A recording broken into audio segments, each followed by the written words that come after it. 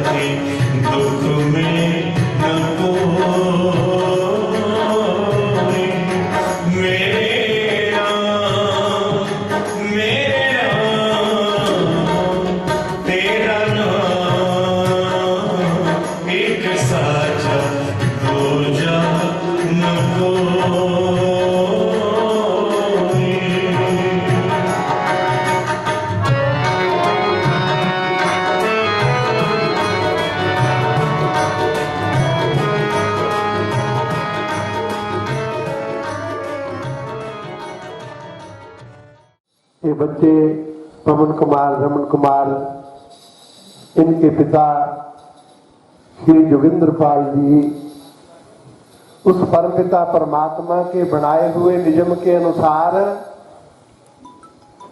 इस लोक को छोड़ करके प्रभु चरणों में लीन हो गए। उनकी आत्मा की शांति के लिए, परिवार को ढांढस बजाने के लिए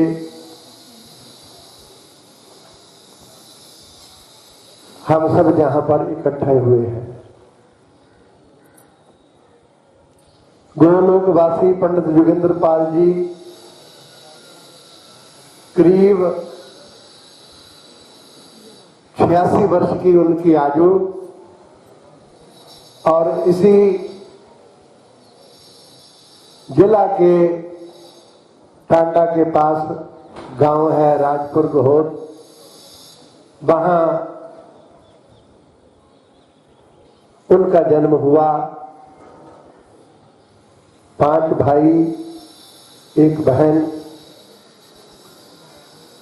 परिवार के सदस्य, भाइयों में सबसे बड़े।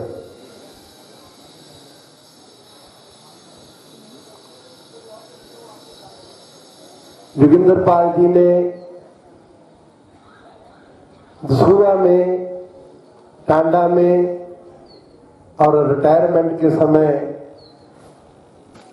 जहां पर होशियारपुर में एसडीएम साहब जी के दफ्तर में, डीसी दफ्तर में उन्होंने अपना कार्यकाल पूरा किया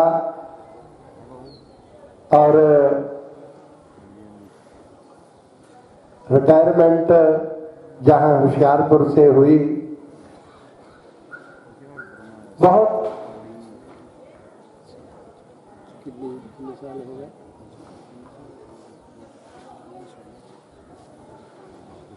28 साल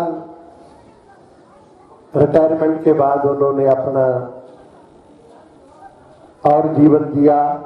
सज्जनों, बहुत ही परोपकारी जीव थे। उनके पिताजी का देहावसान स्वर्गवास आज से 41 साल पहले हो गया और बड़ा बेटा होने के नाते उन्होंने बहुत परिश्रम किया, तालमेल से अपने भाइयों को बहुत बड़े ऊंचे ओहदों पर, ये परिवार के बच्चे हैं, उन्होंने बहुत संयम से अपनी माता का साथ दिया, परिवार का लालन पालन किया।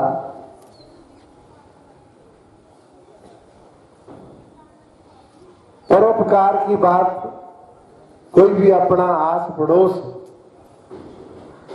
जो भी जानता था, इन दफ्तरों में सबको कोई ना कोई काम रहता है, जमीन जायदाद वाला हो चाहे कोई मकान, तो सबके पास होता ही है। तो भाई बस एक बार बता देना मैं वहां से आया हूं, जिनको जानते ही थे वो सबका आशीर्वाद ही प्राप्त करते थे। इबादत के लिए काफी नहीं माला घुमा लेना, इबादत के लिए काफी नहीं माला घुमा लेना, किसी मंदिर मस्जिद गुरुद्वारा में सर को झुका लेना। इबादत है किसी भूखे को खाना खिला देना, इबादत है किसी नंगे को कपड़ा पहरा देना, इबादत है किसी नाशाद का दिल शाद कर देना, इबादत है किसी बर्बाद को आबाद कर देना। सज्जनों, ये भी बड़ी भारी भक्ति। जरूरी नहीं धूप जोत जगा लिया, पाठ करने बैठ गए, अरे मानुष मनुष्य के काम आए, इससे बड़ी भी भक्ति कोई नहीं। तो भाई उन्होंने अपना जीवन का जितने भी श्वास थे, बड़ा उन श्वासों का सदुपयोग किया और भाइयों को, अपने बच्चों को पढ़ा लिखा करके इस काबिल बनाया। इस वशिष्ठ परिवार की ख्याति आप सब जानते हैं। उनकी आत्मा की शांति के लिए श्री गरुड़ पुराण जी का पाठ चौथे दिन से लेकर के 10वें दिन तक परिवार ने श्रवण किया। ये जो गरुड़ पुराण है, गरुड़ भगवान विष्णु का वाहन है और भगवान विष्णु गरुड़ जी के प्रश्नों का उत्तर दे रहे हैं, इसलिए इसका नाम गरुड़ पुराण पड़ा। गरुड़ ने भगवान से प्रश्न किया प्रारंभ में ही कि सुगमम भगवत नामं च जीवाच वशवर्तनी। हे प्रभु, आपका 2 अक्षर का नाम है, राम कहो, शिव कहो, हरि कहो, हर कहो, आपके नाम को 2 अक्षर लगते हैं। और जीवाच वशवर्तनी, ये जीवा ये भी मनुष्य के अपने अधीन है, चाहे इस जीवा से सारा दिन राम राम करता रहे, भगवान का गुणगान करता रहे, अथवा इस जीवा से निंदा चुगली करता रहे, गाली गलोच बकता रहे, ये मनुष्य के अपने अधीन बात है। और महापुरुषों ने फरमाया पही प्राप्त मनुष्य दे हुरिया, ऐ जीवात्मा तेरे को मनुष्य का चोला मिला, और बात सुन ले गोविंद मिलन की यही तेरी वरिया। और कोई 84 लाख योनि में से कोई ऐसा जन्म नहीं है जिसको पाकर के ये जीव जन्म मरण से रहित हो जावे, मुक्ति को प्राप्त हो जावे। अरे तेरे को गोविंद मिलन की यही तेरी वरिया, यही तेरा बेला है। इसमें अगर तू श्वासों का सदुपयोग करेगा, जितने भी श्वास जो है, जीव जब जन्म लेता है तो बंद मुट्ठी इसके पास श्वासों का खजाना होता है। और सज्जनों, किसी मुर्दे का कभी हाथ बंद नहीं रहता, जब शरीर से प्राण निकल जाते हैं तो हाथ खुल जाते हैं। जीवात्मा के पास जन्म जन्मांतर का जो भी उसका लेखा जोता होता है उसी हिसाब से उसका जन्म होता है। मनुष्य का जन्म भी मिल गया तो वही जो कसाई के घर में बच्चा पैदा हुआ वो अपने पिता को जब किसी का गर्दन काटते हुए देखेगा, जब उसका टाइम आएगा तो उसको भी गर्दन काटने में कोई तकलीफ नहीं होगी। क्यों? उसको संस्कार मिल गए ऐसे। दूसरे शब्दों में एक बच्चा फुटपाथ पर पैदा होता है और दूसरा बच्चा करोड़पति के घर में पैदा होता है। दोनों का जन्म लेने का समय एक है। जो फुटपाथ पर पैदा हुआ उसके पिता के सर पर छत नहीं थी तो वही साधारण बात है, वो भी बेचारा गरीबी की दलदल में उसका भी जन्म हुआ। और जो करोड़पति के घर में जन्मा उसी समय उसने एक श्वास लिया। जो भी बच्चा जन्मता है वो रोता है। जब रोने की किलकारी सुनी, रोने की आवाज सुनी, पूछा भी क्या हुआ? फलाने साहूकार के घर में बेटा हुआ। वो करोड़ों का मालिक बन गया जन्मता ही।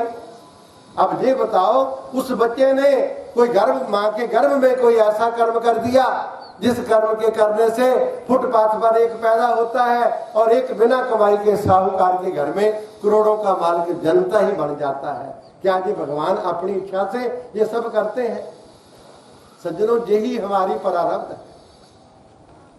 कुछ करनी कुछ कर्मगत।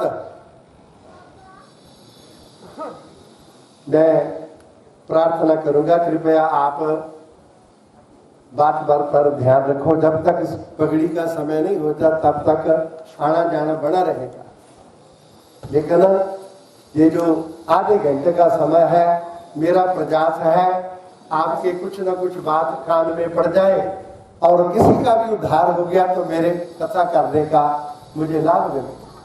सज्जनों, ये कर्म के बंधन के अनुसार जीव आता है। आना जाना तो इस दुनिया का खेल है। पुनरपि जन्मम पुनरपि मरणम पुनरपि जननी जठरे शयनम। बार बार जीव जन्मता रहता है। जब तक कर्म का नाश नहीं हो जाता तब तक जीव इस दुनिया में आता है। कभी जोनी किसी में आ गया, कभी गर्भ में ही उसका शरीर जो है वो शांत हो गया। तो भाई महापुरुषों ने कहा इन सांसों का सदुपयोग कर। गरुड़ ने कहा हे प्रभु सुगमम भगवत नामंच, 2 अक्षर का आपका नाम है। नाम स्मरण करने वाली जीभ अपने दीन है। फिर भी जो आपका नाम नहीं जपते दिग दीर्घस्तु से नराधम। ऐसे मनुष्य को मनुष्य कहना धिकार की बात है।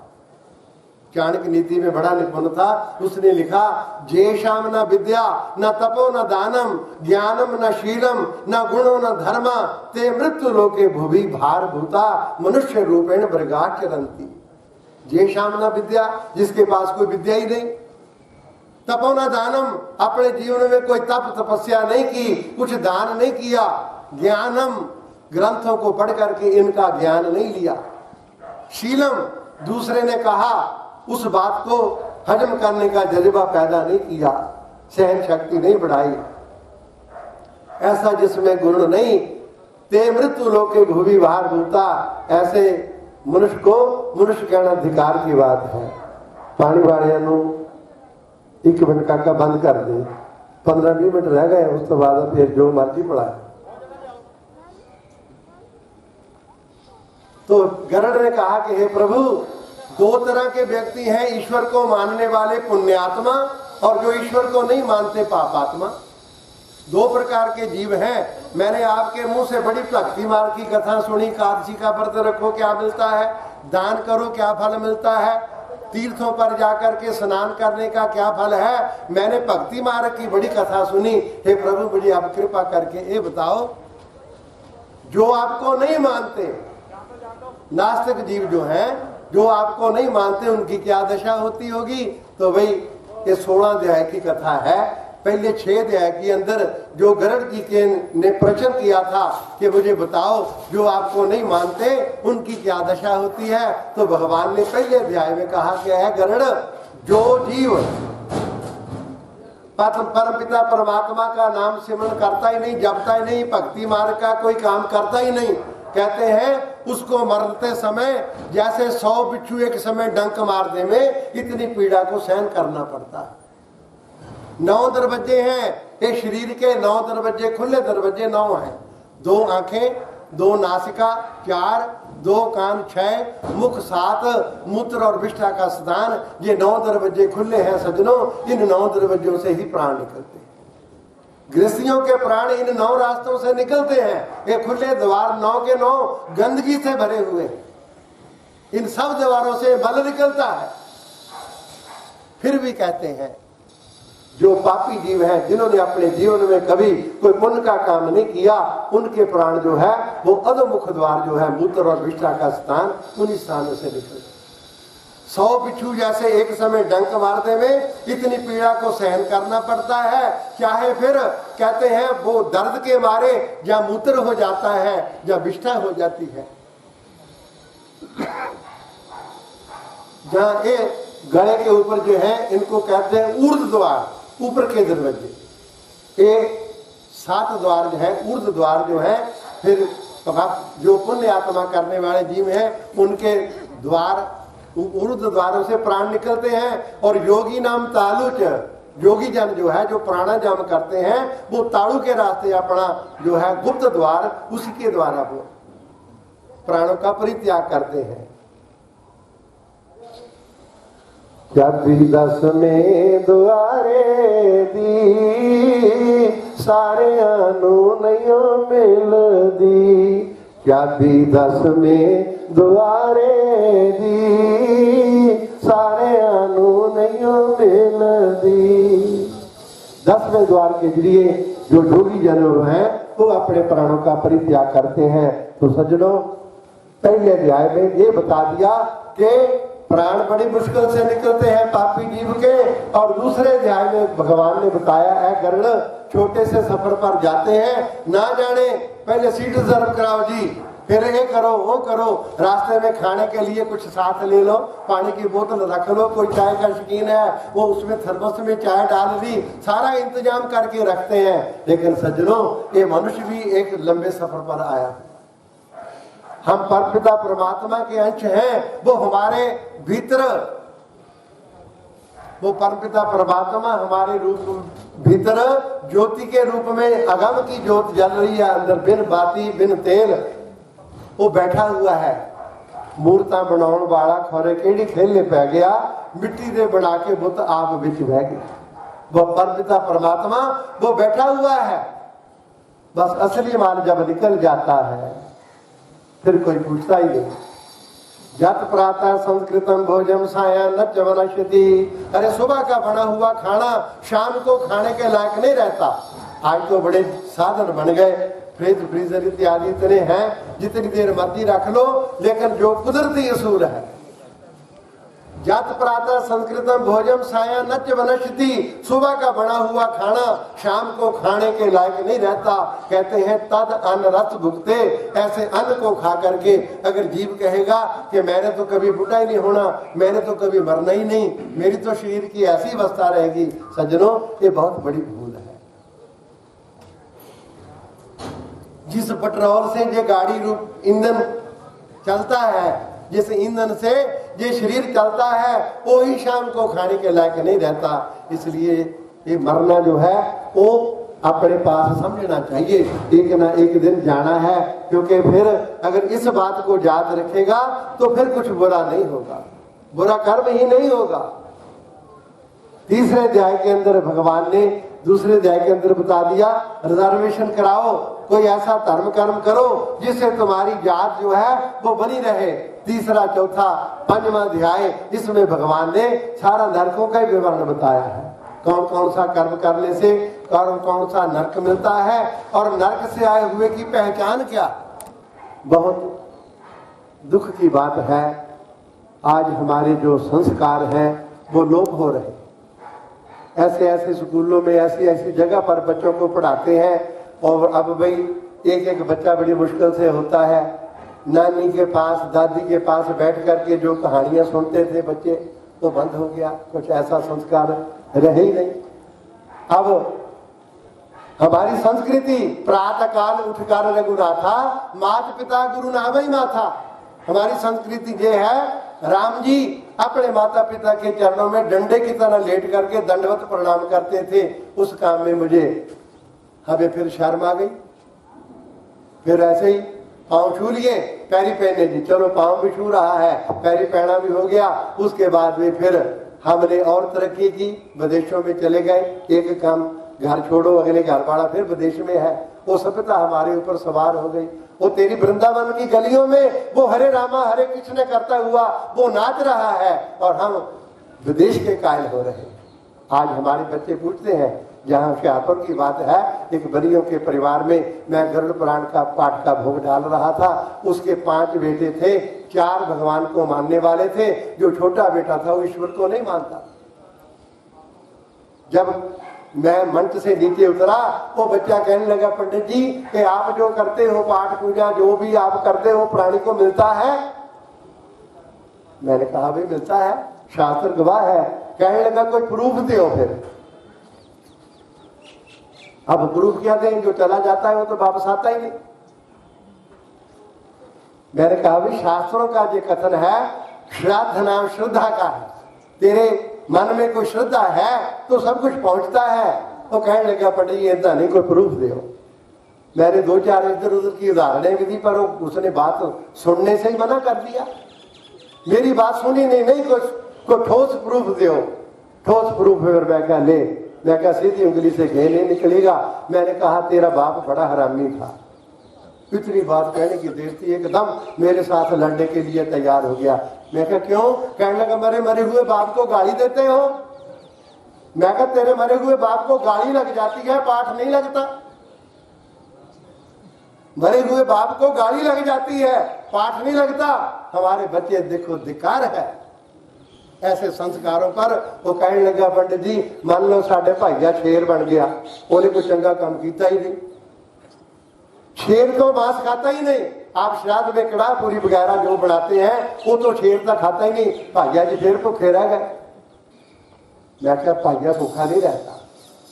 अरे जो पत्थर में भोजन देने वाला मेरा ठाकर है वो किसी को भूखा नहीं रहने देता 84 लाख जोनी में। मैं क्या काका, एक बाप के 2 बेटे थे, एक अमेरिका में एक इंग्लैंड में। उन्होंने कहा पिताजी हमें पैसे भेजो, पैसे की जरूरत है। पिता ने 1-1 लाख रुपया दोनों बच्चों को भेज दिया। अब तू बता, जो पिता ने पैसा भेजा है वो पैसा मिलेगा? जो इंग्लैंड में बच्चा है उसके पाउंड बन जाएंगे और जो अमेरिका में रहता है उसके डॉलर बन जाएंगे। ये तो 2 सरकारों का समझौता है। तेरे खाते में कुछ होगा, कुछ तेरे खाते में होगा। फिर उसको कड़ापूरी का मांस बनाने में ज्यादा देर नहीं लगेगी।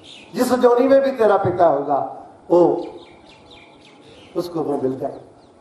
कहने का तात्पर्य है कि माता पिता का ऋण जो है ये भी 3 ऋण।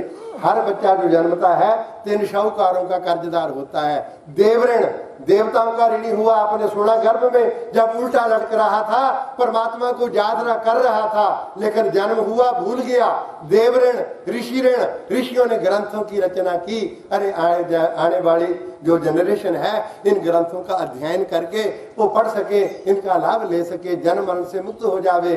वो भी हमने जहाँ तो पढ़ने का टाइम नहीं, जहाँ फिर थोड़ा सा जरा अंकुश लग गया, ये नहीं करना चाहिए। फिर वहां पर वो मानो ग्रंथों में तो कई कुछ लिखा है, ऐसे थोड़ी हो सकता। वो भी छोड़ दिया। देव ऋण, ऋषि ऋण और तीसरा ऋण है पितरों का। माता पिता का ऋण जो है वो भी जब तक नहीं उतरेगा उतनी देर बात नहीं बनेगी, कुछ भी नहीं। ये बच्चे भी चलो मेरे ही बच्चे हैं। मैं मंच पर बैठ करके आप सबको कहता हूँ सज्जनों, कोई बात नहीं, मुझे पूरा विश्वास है कोई ऐसे भगवान की कृपा से जैसे संयुक्त परिवार चल रहा है ऐसे ही चलेगा। लेकिन कुछ बात ही नहीं। बच्चा बाहर से अपने काम से आता है, एक बार आके माँ से पूछ ले, माँ तूने रोटी खा ली? मेरे बच्चे बहुत ध्यान रखते हैं, मेरी सेवा करते हैं। कुछ ना रोटी बनानी, ना कुछ करना, ना कतरना, कोई बात ही नहीं। बस यही ध्यान की बात है सज्जनों। मैं भगवान से यही प्रार्थना करता हूँ, जो जीवात्मा हमसे बिछड़ी है उसको अपने चरणारविंद में जगह देना और पीछे का जो परिवार है उसको ऐसा दुख जो है वो मिला, उसको दुख सहन करने का बल प्रदान करना। सज्जनों, कोई बात नहीं, इसमें भी कोई संदेह नहीं। उनकी आयु पूर्ण हुई, 86 साल उनकी आयु थी। और भाई प्रकृति का नियम है, चाहे फल पक करके गिरे फिर भी वो फल के बीज में जहां से छूटता है और जिस डाली से छूटता है उसमें भी थोड़ा सा गीलापन आ जाता है। ये प्रकृति का नियम है। इस मृत्यु लोक में जहां पर हम रहते हैं, इस लोक का ये नियम है। सज्जनों, बस यही अंतकाल में फिर मैं अपनी वाणी को विराम देता हुआ सब यही प्रार्थना करूंगा, ऐ परम पिता परमात्मा, उस बिछड़ी हुई आत्मा को अपने चरणारविंद में जगा देना। अब 2 मिनट लगेंगे भाई। मेरी सबसे प्रार्थना है, मेरे साथ आरती कृपया सभी बोलेंगे। ओम जय जगदीश हरे, जो ध्यावे फल पावे, दुख विन से मन का स्वामी, दुख विन से मन का, सुख संपत्ति घर आवे, सुख संपत्ति घर आवे, कष्ट मिटे तन का। ओम जय जगदीश हरे। मात पिता तुम मेरे, स्वामी शरण कहूँ मैं किसकी, तुम बिना और न दूजा, प्रभु बिना और न दूजा, आस करूँ मैं जिसकी। ओम जय जगदीश हरे, तुम पूर्ण परमात्मा,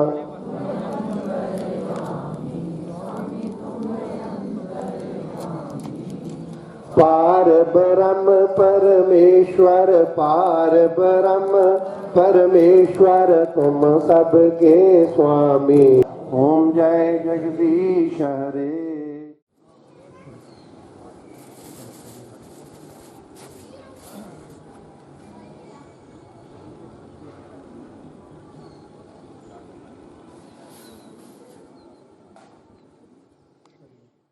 जो सज्जन बाद में आए हैं, जिन्होंने अभी खाना नहीं खाया, उनसे करबद्ध प्रार्थना है वो खाना खा करके जाएं। ऐसी दुख की वेला में आप अपना कीमती समय निकाल करके परिवार के साथ दुख बांटने के लिए आए हो। आप सबका बहुत बहुत धन्यवाद।